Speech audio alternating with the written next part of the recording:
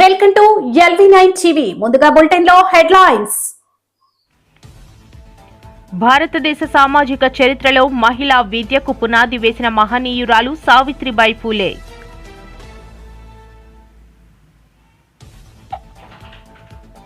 విద్యుత్ అవినీతిపై తప్పుడు ఒప్పందాలపై విచారణ చేయగలిగిన దమ్ము కూటమి ప్రభుత్వానికి ఉందా? పెందుర్తి నియోజకవర్గం తెలుగుదేశం పార్టీ కార్యాలయంలో ప్రజా సమస్యల పరిష్కార వేదిక.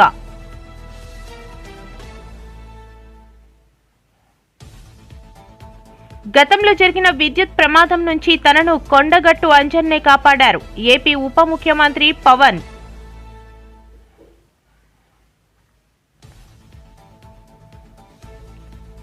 ఇండియా ఇన్వెస్ట్మెంట్ లీడర్గా ఏపీ తేల్చిన బ్యాంక్ ఆఫ్ బరోడా మంత్రి డాక్టర్ డోలా బాల వీరాంజనేయ స్వామి.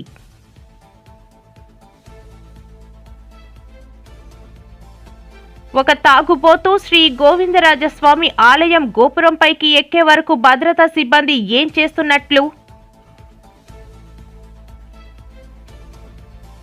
విద్యార్థులకు సాంకేతిక విద్యను అందించడమే మా ప్రభుత్వ లక్ష్యం. శ్రీకాకుళం పట్టణంలోని స్వాతంత్ర సమర యోధుల సావిత్రిబాయి పూలే జయంతి. 18 నెలల పాలనలో రాష్ట్రంలో అభివృద్ధిని శరవేగంగా ముందుకు తీసుకువెళ్తున్నాము. ఎమ్మెల్యే. భారతదేశ సామాజిక చరిత్రలో మహిళా విద్యకు పునాది వేసిన మహానీయురాలు సావిత్రిబాయి పూలే అని దళిత సేన స్టేట్ వర్కింగ్ ప్రెసిడెంట్ గొల్లమల అప్పారావు అన్నారు. కంచరపాలెం 48వ వార్డు ఇందిరానగర్ 1లో దళిత సేన ఆధ్వర్యంలో సావిత్రిబాయి పూలే 195వ జయంతి సందర్భంగా ఆమె చిత్రపటానికి పూలమాలలు వేసి ఘన నివాళులర్పించారు. ఈ సందర్భంగా ఆయన మాట్లాడుతూ స్త్రీలు చదువుకోవడం అపరాధంగా భావించిన కాలంలో అణచివేతకు గురైన వర్గాలకు విద్య అనే ఆయుధాన్ని అందించిన తొలి మహిళా ఉపాధ్యాయురాలిగా ఆమె చరిత్రలో నిలిచారన్నారు. ఆమె చేసిన సాహసం మహిళలను విద్యావంతులుగా చేయడమే కాకుండా పురుషుల కన్నా మిన్నగా అవకాశాలను సద్వినియోగం చేసేలా తీర్చిదిద్దిందన్నారు. అనంతరం కేక్ కట్ చేసి మిఠాయిలు పంపిణీ చేపట్టారు. ఈ కార్యక్రమంలో city convener Gollamala Meena, city president Puchcha Kameswararao, మోర్తన Ganeswara Rao, Yadagiri Pawan, Prem Vinay తదితరులు పాల్గొన్నారు. పుచ్చ కామేశ్వరరావు, దళిత సేన సిటీ ప్రెసిడెంట్. ఈరోజు కంచరపాలెంలో గల దళిత సేన నగర కార్యాలయంలో శ్రీమతి సావిత్రిబాయి పూలే 195వ జన్మదిన వేడుకలు చేసుకోవడం మాకు ఎంతో ఆనందదాయకంగా ఉంది. ఎందుకంటే ఆమె మొట్టమొదటి ఉపాధ్యాయురాలు, మహిళా ఉపాధ్యాయురాలు, మొట్టమొదటి ఈ భారతదేశంలోనే. ఆమె భర్త అయినటువంటి మహాత్మా జ్యోతిరావు పూలే వారి జీవితాల్ని త్యాగం చేసి మహిళా ఉద్ధరణ కోసం ఒక స్కూలు స్థాపించడం, అలాగే ఇంటింటికి వెళ్ళి వారు విద్యని బోధించడం, ఇటువంటి కార్యక్రమాలు చేసి వారు కులమత ఎటువంటి భేదాలు చూపించకుండా అందరికీ ఇంటింటికి వెళ్ళి వారు విద్యని అభ్యసించేలా చేశారు. మహిళా విద్యని చాలా ప్రచారం చేశారు. కాబట్టి వారికి మహిళా లోకం అంతా ఎంతో రుణపడి ఉంది. కాబట్టి మహిళా దినోత్సవాన్ని కానీ లేకపోతే టీచర్స్ డే కానీ ఉపాధ్యాయ దినోత్సవాన్ని ఆమె పేరు మీద ఆమె పుట్టినరోజు సందర్భంగా చేయాలని మా దళిత సేన డిమాండ్ చేస్తుంది. జై సావిత్రిబాయి పూలే. చెప్పండి. అందరికీ జై భీమ్. నా పేరు గొల్లమాల అప్పారావు, దళిత సేన స్టేట్ వర్కింగ్ ప్రెసిడెంట్. ఈరోజు సావిత్రిబాయి పూలే గారు 195వ జయంతి ఉత్సవాలు దళిత సేన ఆధ్వర్యంలో ఆమెకు ఘనమైన నివాళులు. ఆమె ఆశయాలకు అనుగుణంగా మేము నడుచుకుంటాం. విద్యుత్ అవినీతిపై తప్పుడు ఒప్పందాలపై విచారణ చేయగలిగిన దమ్ము కూటమి ప్రభుత్వానికి ఉందా? ఆదాని షిరడి సాయి ఎలక్ట్రికల్ కంపెనీల దోపిడీలను అరికట్టే చిత్తశుద్ధి కూటమి సర్కార్ కు ఉందా? వైసీపీ ప్రభుత్వ అవినీతిని కాపాడుతూ అవినీతిని అదే బాటలో ప్రయాణిస్తున్న కూటమి ప్రభుత్వం అని సిపిఎం నాయకులు అన్నారు. మంత్రి గుత్తిపాటి రవికుమార్ గారైతే 26 సంవత్సరాల కాలంలో ఛార్జీలు ఎప్పుడూ తగ్గించలేదు, టూ డౌన్ చేసేమని ప్రకటించారు. ఇదంతా పచ్చి అబద్ధం. 2026లో రాష్ట్ర ప్రభుత్వం ప్రజలకు వేసిన క్రూరమైన జోక్, క్రూయల్ జోక్ అంటారు. మేము ప్రతిపక్షం కమ్యూనిస్టుగా నేను చెప్పేది కాదు, కూటమి పార్టీల్లో ఉన్న ఏ కార్యకర్తనైనా కూటమి ప్రభుత్వం వచ్చిన తర్వాత కరెంటు బిల్లులు తగ్గాయా లేదా అడగండి. ఏ బిల్లు అయినా చూడండి, పోనీ ఎవరికైనా తగ్గినాయా? తగ్గకపోగా ఈ 18 నెలల కాలంలో సుమారుగా 24,000 కోట్ల రూపాయలు భారం వేసింది. వైసీపీ పాలనలో 32,000 కోట్ల రూపాయల భారం వేశారని బాదుగా అన్నారు.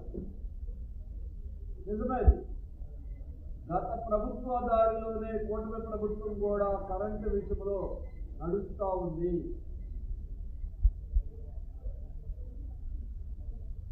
రెండు 2019-24లో 5 ఏళ్ళు వాడుకుంటే ఇవాళ 5 ఏళ్ల క్రితం వాడుతున్న కరెంటుకి మళ్ళీ అదనంగా ఇవాళ సర్దుబాటు ఛార్జీలు FPPCA పెందుర్తి నియోజకవర్గం తెలుగుదేశం పార్టీ కార్యాలయంలో ఈ రోజు ఉదయం నిర్వహించిన ప్రజా సమస్యల పరిష్కార వేదిక మరియు కార్యకర్తల సమావేశం విజయవంతంగా ముగిసింది. ఈ కార్యక్రమం AP oil fed chairman, Pendurthi నియోజకవర్గ టీడీపీ ఇన్ఛార్జ్ మాజీ ఎమ్మెల్యే గండి బాబ్జీ అధ్యక్షతన జరిగింది. ఈ సందర్భంగా నియోజకవర్గంలోని వివిధ ప్రాంతాల నుంచి వచ్చిన ప్రజలు తమ సమస్యలను ఆయన దృష్టికి తీసుకువచ్చారు. రోడ్లు, తాగునీరు, పారిశుద్ధ్యం, పెన్షన్లు, గృహాలు, విద్యుత్ తదితర ప్రజా సమస్యలపై ఫిర్యాదులు స్వీకరించబడగా వాటిని తక్షణమే సంబంధిత శాఖల అధికారులకు పంపించి పరిష్కారానికి కృషి చేస్తామని గండి బాబ్జీ హామీ ఇచ్చారు. అలాగే పార్టీ నాయకులు, కార్యకర్తలతో ప్రత్యేక సమావేశం నిర్వహించి పార్టీ బలోపేతం, ప్రజలతో అనుసంధానం, ప్రభుత్వ వైఫల్యాలను ప్రజల్లోకి తీసుకెళ్లాల్సిన అవసరంపై గండి బాబ్జీ కీలక సూచనలు చేశారు. తెలుగుదేశం పార్టీ ఎల్లప్పుడూ ప్రజల పక్షానే నిలుస్తుందని, ప్రజా సమస్యల పరిష్కారమే తమ ప్రధాన లక్ష్యమని ఆయన స్పష్టం చేశారు. ఈ సమావేశంలో కార్పొరేటర్ బల్ల శ్రీనివాసు, గవర కార్పొరేషన్ డైరెక్టర్ వేగి పరమేష్, పెందుర్తి మండల అధ్యక్షులు కునిగంటి కనకరాజు, ఏఎంసీ చైర్మన్ ఆవగడ్డ జ్యోతి అప్పలనాయుడు, మాజీ ZPTC Reddy Narayana, cluster incharge Doodi Ramana, సర్పంచ్లు, ఎంపీటీసీలు, తెలుగుదేశం పార్టీ సీనియర్ నాయకులు అయిత ఎర్నిబాబు, కాగిత అప్పలరాజు తదితరులు పాల్గొన్నారు. 12,000 ఇళ్ళు ఉన్నాయి. 12,000 ఇళ్ళు ముందు చేస్తారు. ఆ సమస్య అయ్యాక మీ పంచగ్రామాలు లేదు, మీకు కూడా అంత్యగ్రామాలు కూడా మేము అడిగినప్పుడు ముందు ఒక సమస్య అవ్వడం అంటే రెండో సమస్య కూడా వెంటనే తీసేద్దాం. అది 10 సమస్య. అవును, ఆ ఇల్లు అయిపోయిన తర్వాత ఈ గ్రామాల్లో ఉన్న భూ సమస్య మీద క్లారిటీ తీసుకొని ఎక్కడెక్కడైతే మనం రెవెన్యూ దాన్ని రైతులు పట్టాలు ఇవ్వాలో లేకపోతే రైతులు ఒకటే ఇవ్వాలో ఇచ్చేద్దాం సీఎం గారు చెప్పారు. ఇది 6 నెలలు అయింది. అందువల్ల ఇంకొక 2-3 నెలల్లో నాకు తెలిసి మీ పరిష్కారం జరుగుతుందని చెప్పి అనుకుంటున్నాను. డెఫినెట్ రాబోయే రోజుల్లో కొంచెం భూములు ఉన్న వాళ్ళు, కాపాడుకున్న వాళ్ళు జాగ్రత్తగా ఉంటే వాళ్ళకి మంచి జరుగుతుందని చెప్పి ఇదే సహకారాన్ని అందించండి. నేను మీరు ఎప్పుడు ఏ సమస్య ఉన్నా పిలవండి. నేను ఎక్కడున్నా భూములు మాట్లాడే పరిస్థితి ఉంటుంది. భూమి ఆఫ్ తీసుకుంటున్నాను ఎప్పుడు ఇదే అమలు తప్పితే చెప్పలేము, కానీ డెఫినెట్గా ఫోన్లో మాట్లాడండి. ఏ కష్టం ఉన్నా కూడా కలిసి మనం కొనసాగాలని చెప్పి తెలియజేస్తూ మీరు ఇచ్చిన ఈ ఆమెను కాపాడుకోవడం కోసం ప్రయత్నం చేస్తూనే ఉంటానని చెప్పి తెలియజేస్తూ మీ అందరికీ మరొకసారి విద్యుత్ కనెక్షన్ అనేది ఎక్కువ లేని సమస్య ఉంది. దయచేసి మీరు కూడా దీని మీద కొంచెం దృష్టి పెడితే మనకి మంచి మైలేజ్ వస్తుంది తెలియజేస్తాను sir. Thank you sir. Thank you. పోరాటం చేయాలి. రోజు మన ఆఫీస్ వెళ్ళి ఏంటో పడుతుంది కూడా దాన్ని వెంటనే దాని పరిష్కారం కోసం సార్తో ఆలోచించి దాని పరిష్కారం చూపిస్తామని కోరుకుంటున్నాను. నేను గవర్ కార్పొరేషన్ డైరెక్టర్గా తొలి 1 year అయినాక సుబ్రపాలెం తొలడిలో మాకు మంచి గౌరవంగా ఇచ్చారండి. ఒక ఐఏఎస్, ఒక ఎమ్మెల్యే, ఒక IPS మధ్య మమ్మల్ని కూర్చోబెట్టి గౌరవించారు. కాకపోతే ఇక్కడ మనం గతంలో జరిగిన విద్యుత్ ప్రమాదం నుంచి తనను కొండగట్టు అంజనే కాపాడారని ఏపీ ఉప ముఖ్యమంత్రి పవన్ కళ్యాణ్ అన్నారు. జగిత్యాల జిల్లా కొండగట్టు ఆంజనేయ స్వామిని నేడు ఏపీ డిప్యూటీ సీఎం దర్శించుకున్నారు. ఈ సందర్భంగా ఏపీ డిప్యూటీ సీఎం మీడియాతో మాట్లాడారు. అభివృద్ధి పనులు ప్రారంభిస్తున్నామంటే దేవుడి దయ ఉండాలి. కొండగట్టు నాకు పునర్జన్మను ఇచ్చిందని అన్నారు. గౌరవ ముఖ్యమంత్రి రేవంత్ రెడ్డి గారికి నా హృదయపూర్వక నమస్కారాలు, హృదయపూర్వక ధన్యవాదాలు. ఈ కార్యక్రమానికి కీలకంగా ఈరోజు 39 కోట్ల పైచిలకు డబ్బులతోటి ప్రారంభం చేస్తున్నామంటే ఒకసారి మన దేవుడిని పవిత్రమైన ప్రదేశాన్ని ఎక్కడ కోరుకోవాలి, ఎలా కోరుకోవాలో మనకు తెలియదు. నా పక్కనే ఉన్న మేడిపల్లి సత్యం గారు ఎన్ఎస్యుఐ అధ్యక్షుడిగా ఉన్నప్పటి నుంచి, ఉస్మానియాలో ఎన్ఎస్యుఐ అధ్యక్షుడిగా ఉన్నప్పుడు 2008-7 నుంచి 2007. సో మేమిద్దరం, మాకు గ్రూప్ ఉండేది, మేమందరం చాలామంది కలుస్తూ ఉండేవాళ్ళం. సో ఆ టైంలో మా సత్యం బ్రిలియన్స్ మాకు తెలుసు, బలమైన స్టూడెంట్ లీడర్. సో మీ అందరికంటే ముందు మేము సత్యం గారికి మేము ఇలాంటి వ్యక్తి ఉండాలి తెలంగాణ రాజకీయాలు మేము కోరుకున్నాం. సో సత్యం గారిని ఆ రోజు చేస్తే నాతో పాటు మేమంతా కలిసి చేసేవాళ్ళం యువజన విభాగంలో కూడా. తర్వాత టైంలో చేయాల్సి వచ్చింది, మన పోటీ చేయాల్సిన పరిస్థితులు కూడా వచ్చినాయి. కానీ ఎప్పుడు కూడా తెలంగాణ ప్రజల పట్ల, సమాజం పట్ల బాధ్యత ఉన్న వ్యక్తి. అలాంటి వ్యక్తి ఈ రోజున మనకి చొప్పదండి నియోజకవర్గం నుంచి ఎమ్మెల్యేగా ఉన్నందుకు మనస్ఫూర్తిగా ఈ కొండగట్టు వారి నియోజకవర్గంలో ఉన్నందుకు నాకు మరింత ఆనందంగా ఉంది. చాలాసార్లు నాకు కొండగట్టు పునర్జన్మనిచ్చిందంటే దానికి ప్రత్యక్ష సాక్షి మన సత్యం గారు. సో నాకున్న సన్నిహితులు, స్నేహితులు వీళ్ళందరూ ఉండే మధ్యలో మేము ఇక్కడికి వచ్చి శ్రవణ్ కానీ మేము అందరూ వచ్చి ఇక్కడికి వచ్చినప్పుడు యాక్సిడెంట్ అయితే హైటెన్షన్ వైర్ తగిలేదు, ఎలా మిస్ అయింది, ఎలా బతుకుని నాకు ఈ రోజుకి తెలియదు. అందుకే నాకు కొండగట్టు ఆంజనేయ స్వామి మీద నాకు అపారమైన భక్తి, అపారమైన గౌరవం, అపారమైన కృతజ్ఞత. ఈరోజు అర్చక ప్రముఖులు కోరుకున్నారు, మాకు ఇక్కడ ఒక దీక్షా విరమణకి శాస్త్రం, మనకి ఏదైనా చౌల్ట్రీ ఏదైనా కావాలి, దీనికి ఏదైనా చేయమంటే నేను ఆ రోజు విన్నాను. కానీ అదృష్టవశాత్తు స్వామివారి కటాక్షం, ఆశీస్సులు, అక్కడ కూటమి ప్రభుత్వం రావటం, నారా చంద్రబాబు నాయుడు గారి నాయకత్వంలో మేమందరం కలిసి పనిచేయటం, గౌరవ ప్రధానమంత్రి మోదీ గారి సహకారం, మేమందరం కలిసి పనిచేయటం, అంటే ఇంతమంది కలిసి నా ఆశీస్సులు.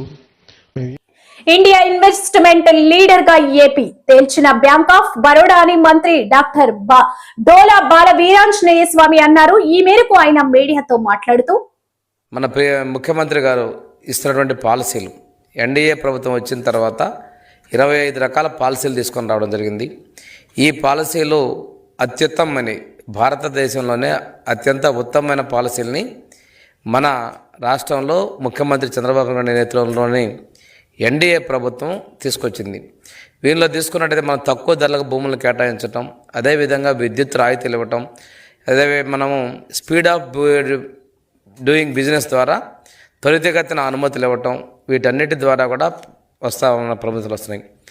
విపక్షం ఎన్నిసార్లు కోర్టులకు వెళ్ళినా కానీ మన పాలసీలని కోర్టుల ద్వారా కూడా మనకి ఎలాంటి ఇబ్బందులు లేకుండా వచ్చిన పరిస్థితుల్లో రాబోయే 15-20 సంవత్సరాల కాలం వరకు కూడా ఈ సుస్థిర ప్రభుత్వంలో ముఖ్యమంత్రి గారి చంద్రబాబు నాయుడు గారి మీద ఉన్నటువంటి నమ్మకం, విశ్వాసంతోనే ఈ మన ఆంధ్రప్రదేశ్ రాష్ట్రానికి పరిశ్రమలు వస్తున్నాయి, అందులో సందేహం లేదు.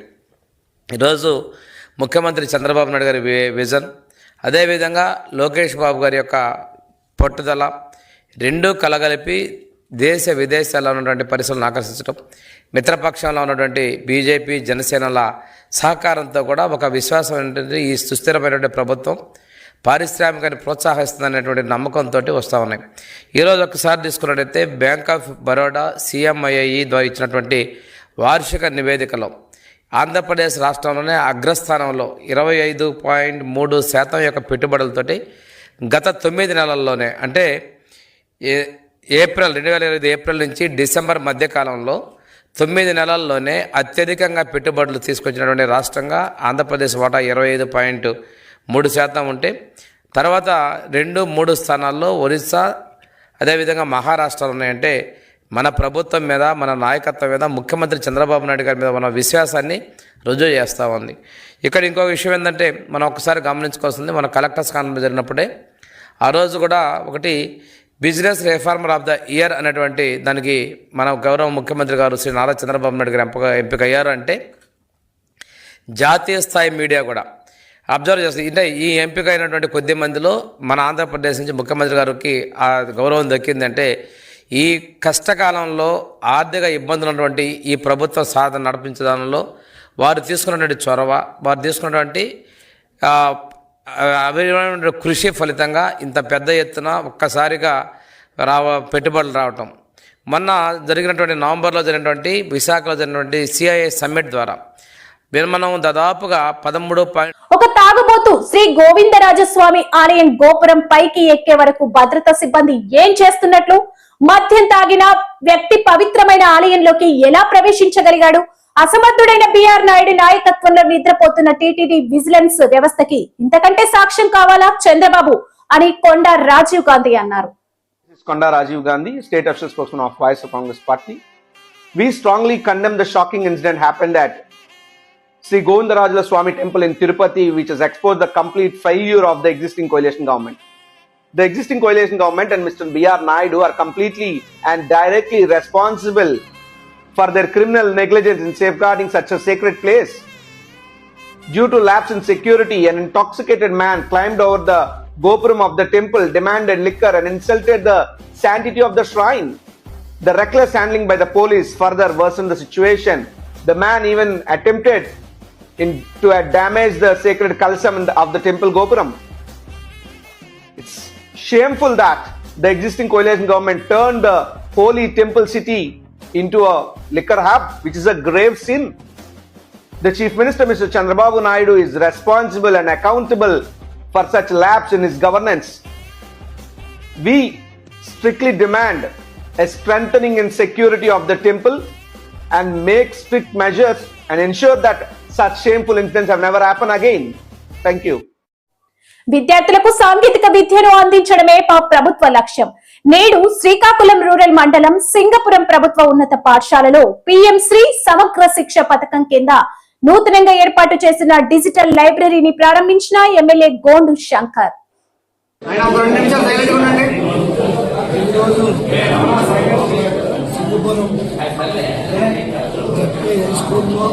పీఎం శ్రీ పథకం కింద ఈ స్కూలు సెలెక్ట్ అవ్వడం, అందులోన ఈ స్కూల్కి ఈ గ్రంథాలయం ఒక లైబ్రరీ శాంక్షన్ అవ్వడం, అది ఆన్లైన్ 4 నెలల కింద స్టార్ట్ చేసి ఈవేళ పూర్తి చేసుకోవడం జరిగింది.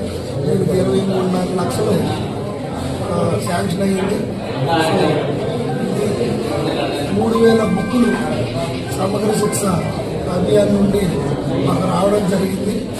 ఈ ఎంతో ఉపయోగకరంగా విద్యార్థులకి ఉపయోగపడుతుంది. ఈ లైబ్రరీలో అన్ని బుక్స్, అన్ని రకాల బుక్స్ అవైలబిలిటీ ఉంటాయి.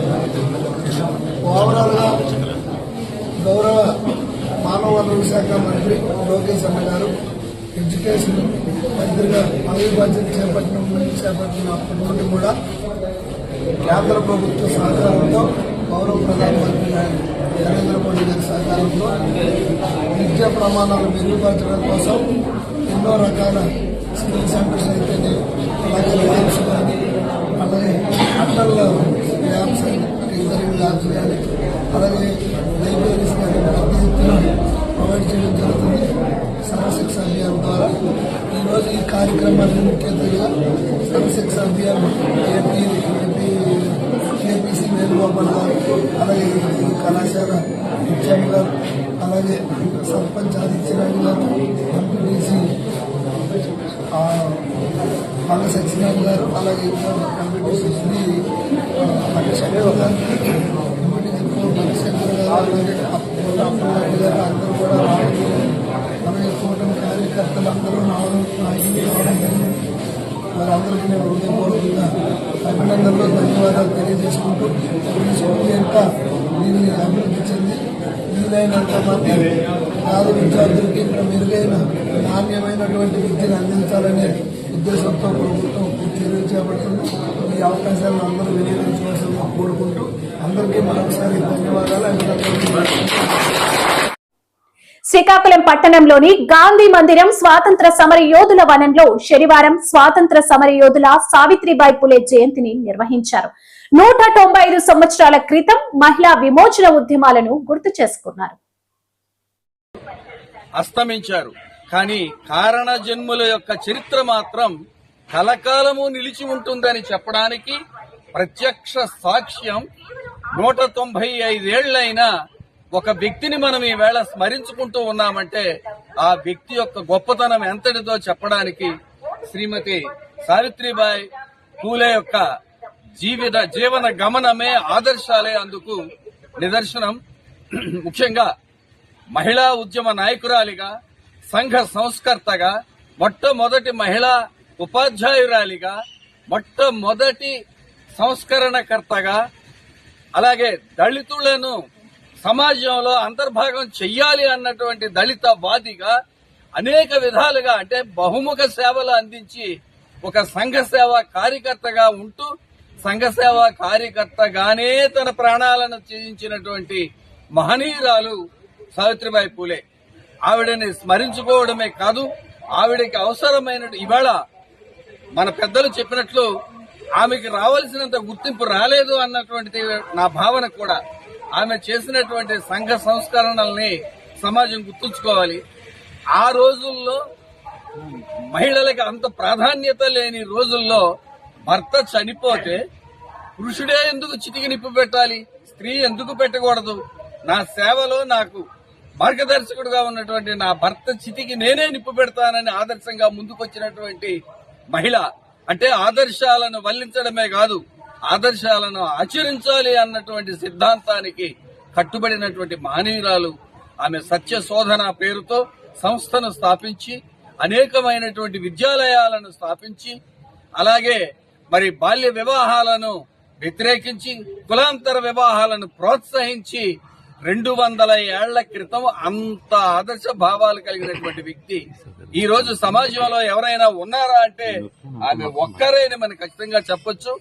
ఇటువంటి విగ్రహాన్ని ఇక్కడ స్థాపించడంలో స్త్రీల వైద్య నిపుణులైనటువంటి మన డాక్టర్ అరవింద్ గారు నిజంగా ప్రశంసనీయులు. అలాగే ఎవరిని అతిథులుగా తీసుకురావాలో సందర్భోచితంగా మహిళా ఉపాధ్యాయులుగా మరి వైద్య రంగంలో పనిచేస్తున్నటువంటి వారిని ఇక్కడికి తీసుకొచ్చి వారితో ఆమెకు పుష్పమాలంకరణలు చేయడం. అలాగే ఈవేళ మీరు ఎంబీబీఎస్, ఎంఎస్, ఎండీలు చదువుతున్నారు మహిళలంటే దానికి స్ఫూర్తి ప్రదాత ముఖ్య కారకురాలు సావిత్రిబాయి పూలే అని చెప్పడానికి జెమ్స్ కళాశాలలో చదువుతున్న వైద్య విద్యార్థినులను తీసుకొచ్చారు. మీ ముందు చూపుకి నా హృదయపూర్వక అభినందనలు సార్. 18 నెలల పాలనలో రాష్ట్రంలో అభివృద్ధిని శరవేగంగా ముందుకు తీసుకెళ్తున్నామని శ్రీకాకుళం ఎమ్మెల్యే గోండు శంకర్ పేర్కొన్నారు. రూరల్ మండలం సింగపురం టీడీపీ కార్యాలయంలో ప్రెస్ మీట్ నిర్వహించారు. 18 నెలల కాలంలో కూటమి ప్రభుత్వం తీసుకొచ్చిన సంస్కరణలు, చేసిన అభివృద్ధి, చేయబోతున్న ప్రాజెక్టుల గురించి తెలియజేశారు. అది కేంద్రం నుండి అనుమతికి తీసుకొచ్చాం. 100 రోజుల్లోనే అందరి నివాసాలు విస్తరణ చేశాం. చెరువులు, ప్రాజెక్టులు నింపి రాయలసీమకు సాగునీరు ఇచ్చాం. సమర్థ నీటి నిర్వహణతో 6.08 మీటర్లకు పెరిగిన భూగర్భ జలాలు కూడా పోలవరం పనుల్లో పురోగతి, R&R ప్యాకేజీ చెల్లింపులు వేగంగా, వెలుగొండ పనులు కూడా జరుగుతున్నాయి. రికార్డు స్థాయిలో ధాన్య సేకరణ 24 గంటల్లో రైతులకు జమ. ఈ ఖరీఫ్ సీజన్ లో 34.23 లక్షల మెట్రిక్ టన్నుల ధాన్య సేకరణ అయింది. 5.48 లక్షల మంది రైతులకు 8,120 కోట్లు జమ అయింది. అలాగే మార్కెట్ ఇంటర్వెన్షన్ పొగాకు, మామిడి, కోకో, ఉల్లి సహా పంటలకు 1,100 కోట్ల రూపాయలు పైగా సాయం చేయడం జరిగింది. రాష్ట్ర ఆర్థికాభివృద్ధి డబుల్ డిజిట్ గ్రోత్ 11.28% పెరిగిన మూలధన వ్యయం.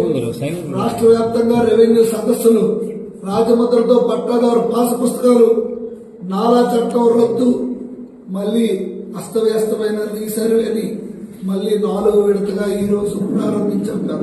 రాష్ట్ర వ్యాప్తంగా ఇల్లు లేని పేదలకు గ్రామాల్లో 3 సెంట్లు, పట్టణాల్లో 2 సెంట్లు ఉచితంగా స్థలం దరఖాస్తుల స్వీకరణ ఆల్రెడీ పూర్తయింది. గేట్స్ ఫౌండేషన్, టాటా సంజీవనితో digi health care universal health పాలసీని కూడా తీసుకురావడం జరిగింది. విద్యా వ్యవస్థలో పెను మార్పులు, మెగా పేరెంట్స్ మీటింగ్, అలాగే మధ్యాహ్నం డొక్క సీతమ్మ పథకం ఇంటర్మీడియట్ విద్యార్థులకు కూడా పెట్టడం జరిగింది. సర్వేపల్లి రాధాకృష్ణ కిట్స్ పారదర్శకంగా బదిలీ చేశాం, పంపిణీ చేశాం. 1వ తరగతి నుండి ఇంటర్మీడియట్ వరకు 75 లక్షల విద్యార్థులకు హెల్త్ చెకప్. విద్యార్థుల్లో పరిశుభ్రత, ఆరోగ్యకరమైన అలవాట్లు పెంచేలా ముస్తాబు కార్యక్రమాన్ని కూడా ప్రారంభించడం జరిగింది. గాడిన పడిన విద్యుత్ రంగం, రూట్ అవునుకు అంకురార్పణ, విద్యుత్ కొనుగోలు ధరలు తగ్గించేలా కార్యాచరణ. ప్రస్తుతం ఉన్న యూనిట్ ధర ₹5.19 నుండి ₹4.80 తగ్గేలా చర్యలు. క్లీన్ ఎనర్జీ ప్లాట్ల స్థాపనకు 3 లక్షల కోట్ల పెట్టుబడి.